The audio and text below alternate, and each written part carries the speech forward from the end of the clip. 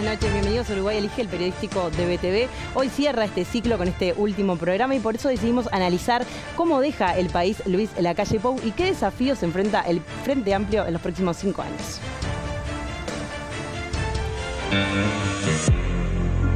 En momentos de transición, uno de los principales temas es el económico. ¿Qué herencia deja el gobierno de Luis Lacalle Pou a Yamandu Orsi? Según los analistas, la economía es aproximadamente 6% más grande que la de 2019 a pesar de la pandemia. La tasa de empleo se encuentra en máximos históricos, ubicándose en 59,6% y el desempleo en 7,3%. Otra de las variables positivas es la inflación, que se sitúa en 5% y que se ubica por 18 meses consecutivos dentro del rango meta establecido por el Banco Central. Otro de los puntos que los analistas destacan como positivo es la creación en la ley de urgente consideración de una regla fiscal para hacer sostenible las cuentas públicas. A pesar de los avances, el desafío sigue siendo el crecimiento económico. En la última década, el Producto Bruto Interno de Uruguay creció en promedio apenas un 1,5% anual. Si bien la actual ministra Azucena Arbeleche no se ha referido directamente a cómo deja el gobierno la economía, en declaraciones en un evento de Fomplata dijo lo siguiente. Tenemos por un lado activos de larga data en nuestro país, como son la democracia. Acabamos de pasar por una fiesta electoral, como me gusta decirlo hace poco. Tenemos el gran activo de la libertad de expresión en nuestro país, del respeto por las reglas de juego. Tenemos la suerte de tener una fuerte cohesión social. Y a estos elementos le agregamos una política macroeconómica que ha ganado credibilidad y nos lleva a que hoy tengamos el menor spread crediticio en nuestra historia y la calificación, la nota crediticia más alta también en nuestra historia. Y a todos estos elementos le sumamos el factor humano, que son los uruguayos mismos. El futuro ministro de Economía del Frente Amplio, Gabriel O'Donnell, se refirió en el podcast de la Universidad Católica, en entrevista con el economista Javier de Aedo, a la herencia que deja la actual administración. Esta herencia fiscal, que insisto, no es dramática, pero en cualquier caso no es auspiciosa, no es la que el gobierno se había propuesto construir en este periodo. Claramente no. Porque esencialmente está en el mismo lugar que estaba 5 años atrás, con la diferencia que el gasto provisional de largo plazo puede tener una mejor perspectiva, pero sobre todo la mejor noticia que hemos tenido es que la presión que hay sobre hacer cosas es menor que la que teníamos. ¿Qué política económica y qué medidas tomará el gobierno del Frente Amplio a partir del 1 de marzo?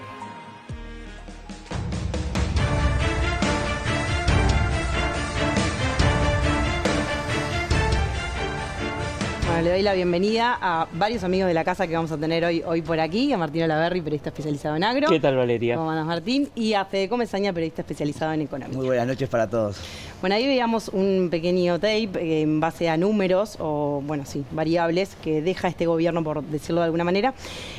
Vamos a bajarlo a tierra. ¿Esto es ¿se puede hablar de gestión exitosa, Fede?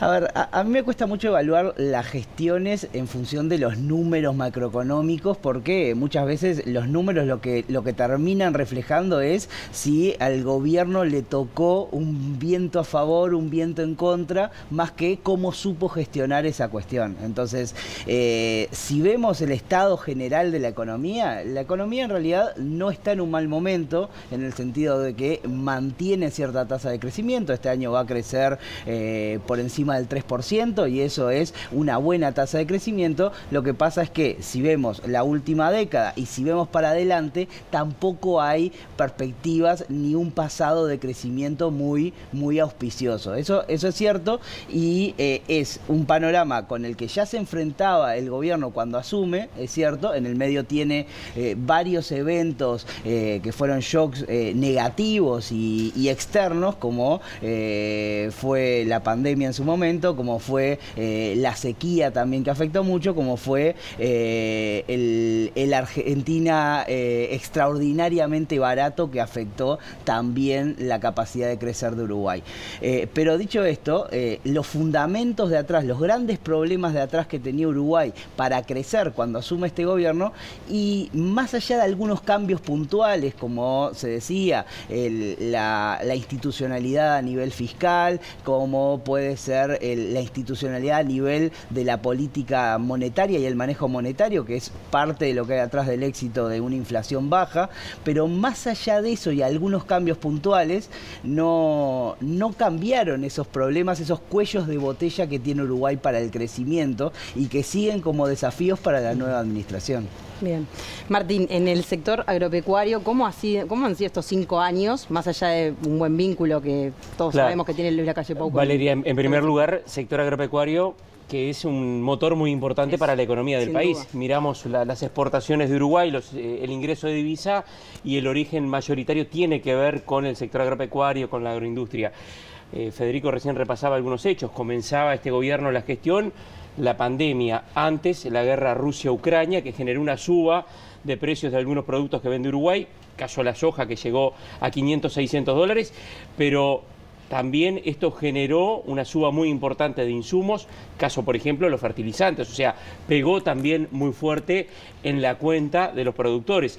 La pandemia, si bien el sector continuó con la actividad trabajando, fue de los rubros que no se vio en la necesidad de parar en una totalidad, se enfrentó a problemas desde el punto de vista logístico, los costos importantes de los fletes que aumentaron, los marítimos por ejemplo, todas las dificultades que eso provocó, y luego la sequía.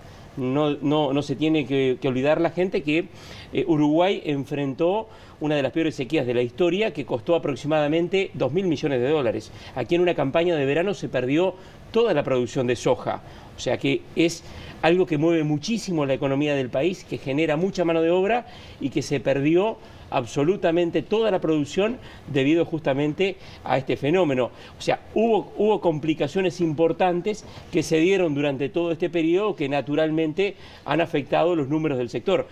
Hoy nos encontramos con un endeudamiento del sector agropecuario que crece, de acuerdo a los números del Banco Central, pero no aumentó la morosidad, y eso se debe un poco justamente a lo que fueron estos fenómenos.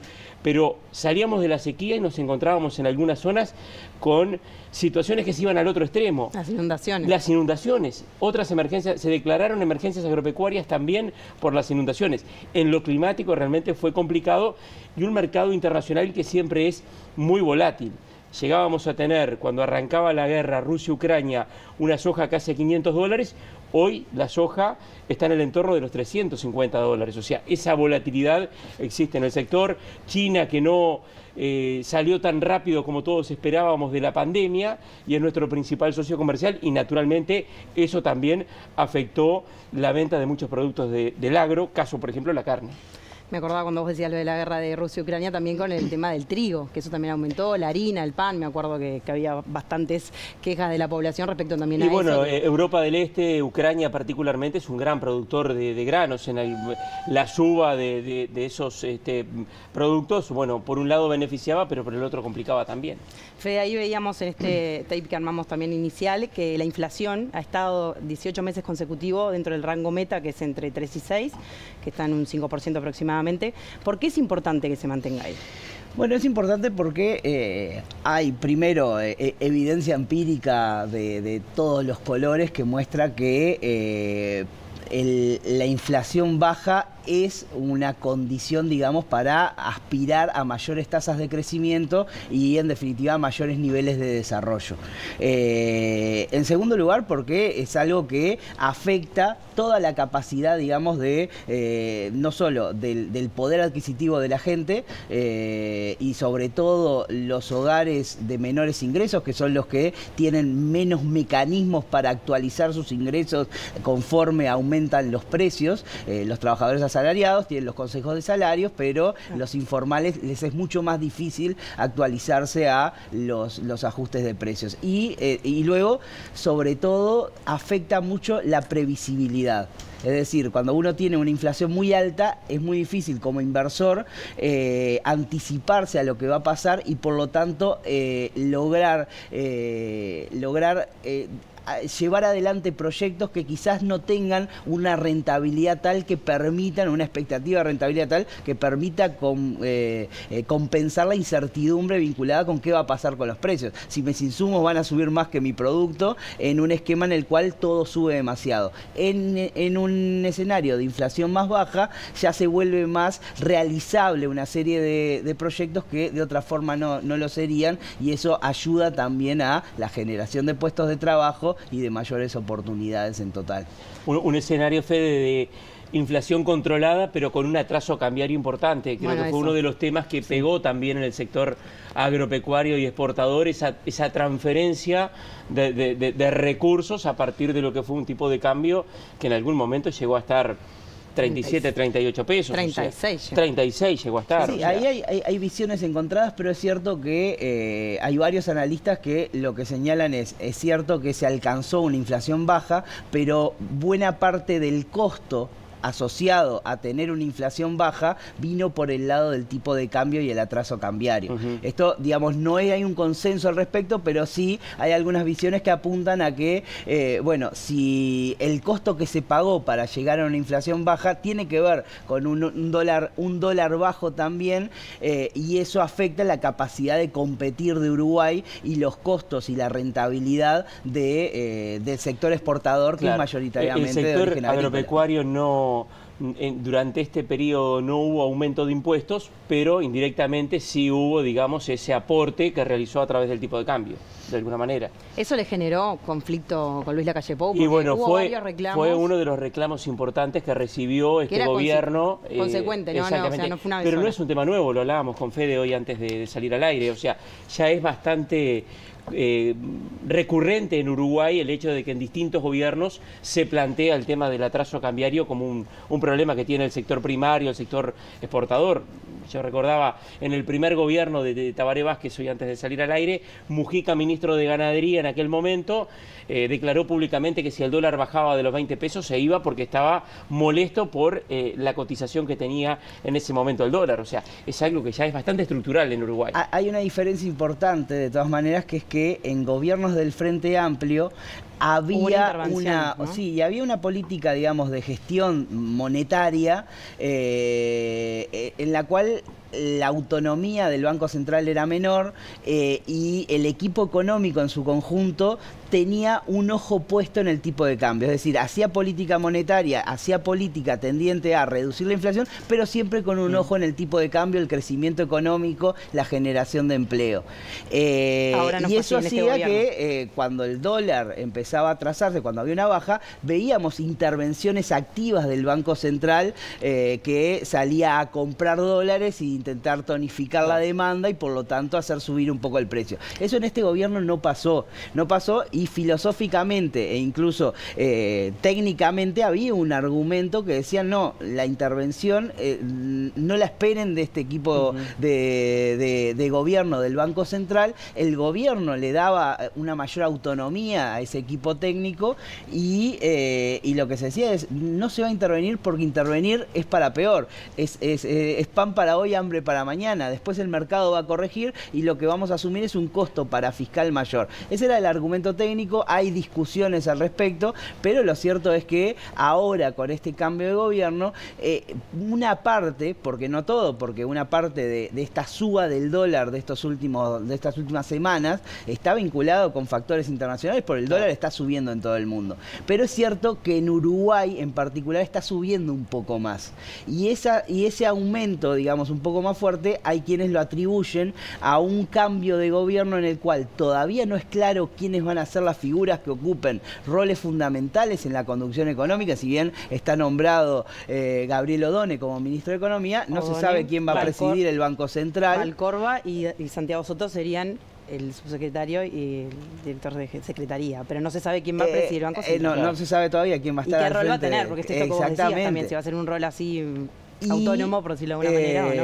Y lo que sí está un poco condicionando, un poco llevando y liderando las expectativas de los agentes de mercado es, bueno, ver un poco las gestiones anteriores y entender que, bueno, en un esquema como el de los últimos años, quizás un gobierno del Frente Amplio hubiera intervenido en el mercado cambiario y hubiera hecho, entonces, por ahí es que se piensa una mayor una mayor propensión a intervenir en el mercado cambiario hace que los agentes se adelanten un poco a la cosa e intenten y lleven la cotización un poco más alta de lo que estaba. Hay otras cosas que hacen a la competitividad que me parece importante mencionar, es la inversión en infraestructura, que es un tema que Uruguay tenía una carencia muy importante en este sentido. Hay una fuerte inversión que queda en materia de infraestructura. Antes mover una tonelada de soja de Cerro Largo a Nueva Palmira te costaba lo mismo que llevarla de Nueva Palmira a China. Hay una mejora importante en lo que tiene que ver a todo lo que es la inversión en materia de rutas. Está también, bueno, no se logró un cambio importante en cuanto a lo que fue el tema del combustible, pero hoy está bastante cercano a lo que puede ser una paridad con el tema de la importación. Es un tema que me parece interesante también para destacarlo. Y lo otro es el tema para lo que es el tema de funcionamiento a nivel de las industrias, lo que se marcó en su momento en la LUC con respecto al tema ocupaciones, piquetes, ese marco que se estableció, a que trabajen los que no hacen huelga. Exactamente, ese marco que se dio, que hoy vos conversás con actores del sector que están en la industria, por ejemplo, y bueno, está la interrogante de saber si eso se mantiene o se puede modificar mirando el futuro. Y en el DEVE, otra cuestión algo que pondría es inserción internacional. Sí, bueno, más allá de que se intentó, pero no se concretó. Este último, digamos... ¿Cómo piensan que va a ser la negociación? Bueno, ya se firmó este acuerdo, defiende las negociaciones, ¿no? El acuerdo y por lo menos va a entrar en vigencia, si sale todo bien, 2026, hay que ver qué pasa con Francia. ¿Qué ocurre con Italia? O sea, Francia es contrario a esto, hay otros países, Polonia, Irlanda, el capítulo agrícola en Europa genera un rechazo muy importante. Hay así una cuota adicional para el Mercosur de carne de 99.000 toneladas. Hoy conversaba con Álvaro Pereira del INAC, que maneja el área de acceso de mercados, y significan para el Mercosur esas 99.000 toneladas unos 800 millones de dólares aproximadamente por año. Hay que ver cómo se distribuye luego la cuota entre cada uno de los países. Reducción del arancel a cero de la cuota Hilton. Ahí Uruguay tiene un ahorro de unos 13 millones de dólares aproximadamente, pero hay otros productos, caso miel, arroz, que también van a estar ingresando desde el Mercosur a Europa, y también el tema de Europa, que es competitivo en algunos rubros, caso por ejemplo los lácteos, que también va a poder ingresar naturalmente al Mercosur, porque esto recibís, pero también tenés que dar, indudablemente. ¿Cómo lo ves vos, Fede, en cuanto al mercado y también a los servicios? A ver, es algo significativo el lograr que se concrete este acuerdo entre el Mercosur y la Unión Europea. Sí va a demorar en entrar en vigencia. Todo parece encaminado a que 2026-2027 sea el año, pero que para que entre en vigencia el acuerdo comercial va a haber muy poca margen para que los opositores puedan realmente tirar abajo el acuerdo. Parece estar bastante cerrado en ese sentido, pues la Comisión Europea la que se encarga de dar la aprobación final y no necesita el pasaje por los distintos parlamentos, como si el capítulo político del acuerdo, que ese sí va a llevar otros tiempos y otras negociaciones. Pero más allá de eso, yo creo que cuidado con confiarnos con que esto va a ser el antes y el después y la solución a los problemas de integración que tiene Uruguay. Está el Transpacífico también que queda en agenda. Está el Transpacífico, no se sabe muy bien qué va a hacer la nueva administración con ese acuerdo, si va a continuar con su agenda o no, y tampoco se sabe muy bien el destino que va a tener ese acuerdo con un Estados Unidos liderado por Trump. Claro, entonces, los vientos en el mundo van siendo un poco contrarios a la integración, va siendo más difícil buscar canales para integrarse.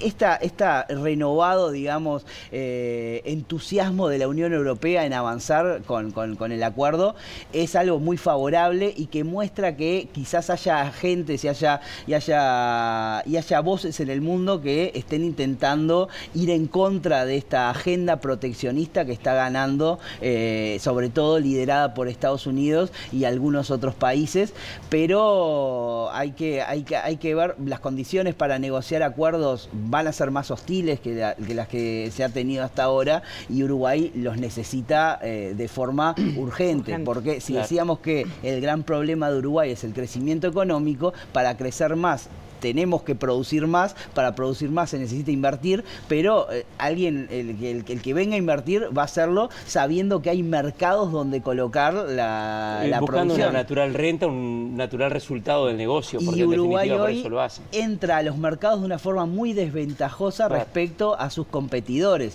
ni hablar de pensar en nuevos productos y nuevos destinos, que para eso también se necesita un rol mucho más activo del Estado en la exploración de oportunidades y en salir de la mano con los empresarios a buscar nuevos compradores a lo largo del mundo. Vamos a tener un arranque del año 2025 en lo climático, en la parte agropecuaria, por lo menos el gobierno se va a encontrar, si todo corre bien, recién se está con la siembra de soja, con un desarrollo que quizás va a ser bueno del cultivo, con un rendimiento dentro de los rangos históricos, con una soja que no tiene el mejor de los precios, ahí en el eje hoy de los $350, la zafra pasada se vendió en el entorno de los $400.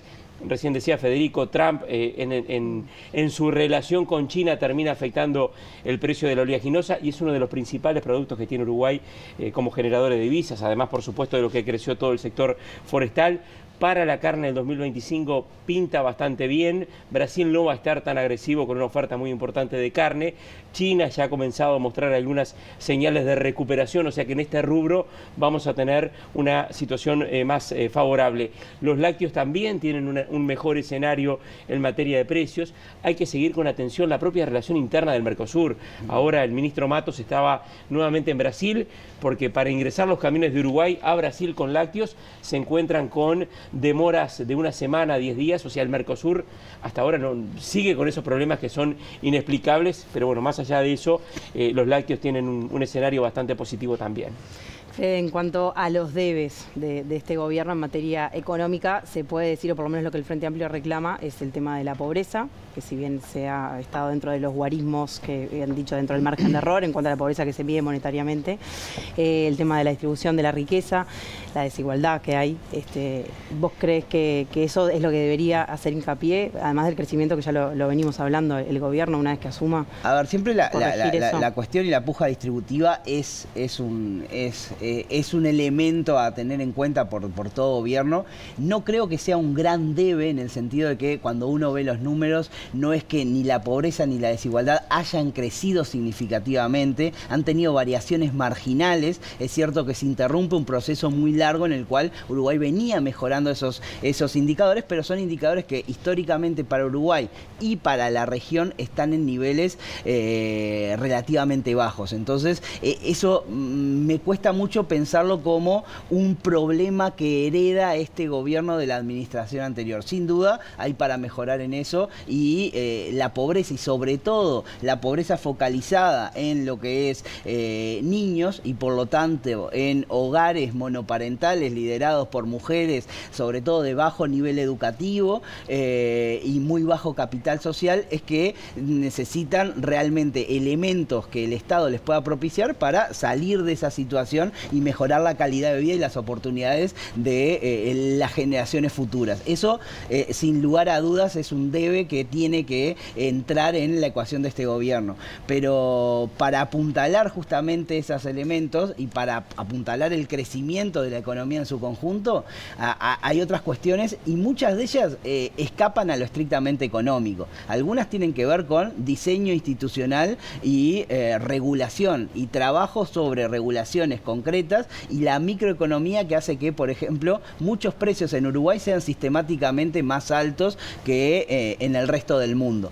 Y para eso Uruguay tiene que trabajar mucho en lograr condiciones competitivas a mercados que son bastante complicados. Y el ejemplo que siempre se maneja es, por ejemplo, en los productos de higiene, higiene personal, que en Uruguay es significativamente más alta que en Argentina y en Brasil, y no se explica por cuestiones vinculadas al comercio internacional, sino por imperfecciones de mercado, donde ahí sí hay que trabajar en regulaciones, en exigencias sanitarias y demás que quizás no estén propiciando la competitividad en esos sectores.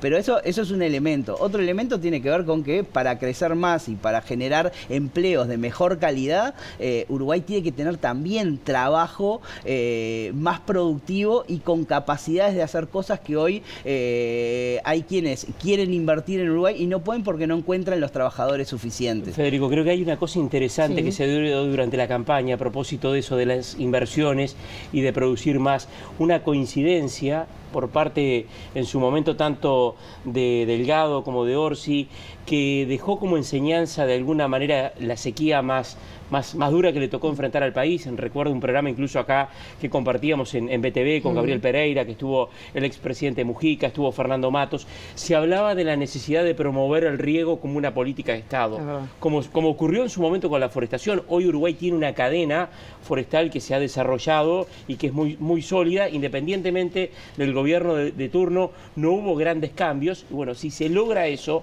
de promover el riego, de aumentar la productividad, eso va a generar, sin lugar a dudas, más oportunidades de trabajo, más desarrollo, más ingreso de divisas, y es algo que creo que genera una gran expectativa y ojalá se pueda concretar en este próximo gobierno, en base a un gran acuerdo nacional, poder promover el riego, por ejemplo. Eso, y el elemento central para mí pasa por el tema de la educación. Es imposible que Uruguay pueda aspirar a un desarrollo con los niveles de reprobación que tiene y de asistencia, deserción. Sí, de deserción a nivel de la educación secundaria, que es la base para después formación más específica, que es hacia lo que tiende el mercado laboral y lo que hoy premia con mejores salarios. Obviamente que todos estamos descontentos con la cantidad de uruguayos que ganan por debajo de los 25.000 pesos, pero es imposible aspirar a salarios más altos si no logramos ampliar las capacidades que tienen los trabajadores uruguayos, y ese es el gran desafío por delante, que escapa de lo estrictamente económico, pero condiciona absolutamente la capacidad que va a tener el país para crecer y desarrollarse, no de cara a los próximos 2-3 años, estamos hablando de 5 y 10 años, y por eso se necesitan miradas de más largo plazo que piensen justamente el Uruguay en adelante y por encima de lo que puede ser un periodo de gestión. No descartaría, a propósito de lo que es el tema inversión, capacitación, bueno, desarrolló muchísimo también todo el tema de la cadena forestal, las instalaciones en su momento de la planta de Fray Bentos, Montes del Plata en Colonia, UPM ahora allí en el norte de Durazno, la posibilidad de que este próximo gobierno tenga quizás en agenda la negociación de una cuarta planta de celulosa, de acuerdo a los movimientos y al potencial que tiene Uruguay también dentro de lo que es el área forestal y la posibilidad de producir. O sea que también sería un tema muy importante que quizás le toque negociarlo a este gobierno, lo tenga que instrumentar el próximo a partir de 2030, pero sería también un dato muy importante porque durante estos 5 años, indudablemente que mucha gente trabajó en lo que fue todo el proyecto de UPM2, el ferrocarril central y toda la inversión que hubo en torno a ese proyecto. ¿Estás dando una primicia? No, pero es un tema que está y yo no lo descartaría realmente, porque Uruguay tiene 1 millón y algo de hectáreas forestadas y capacidad para 4 millones, o sea que hay un potencial de crecimiento. Muy bien, chicos, les agradezco por hoy, muchísimas gracias, nos vemos con ustedes por los pasillos de BTV como siempre, y ahora voy a hacer una pausa y le voy a dar la bienvenida a la vuelta a otros amigos de la casa.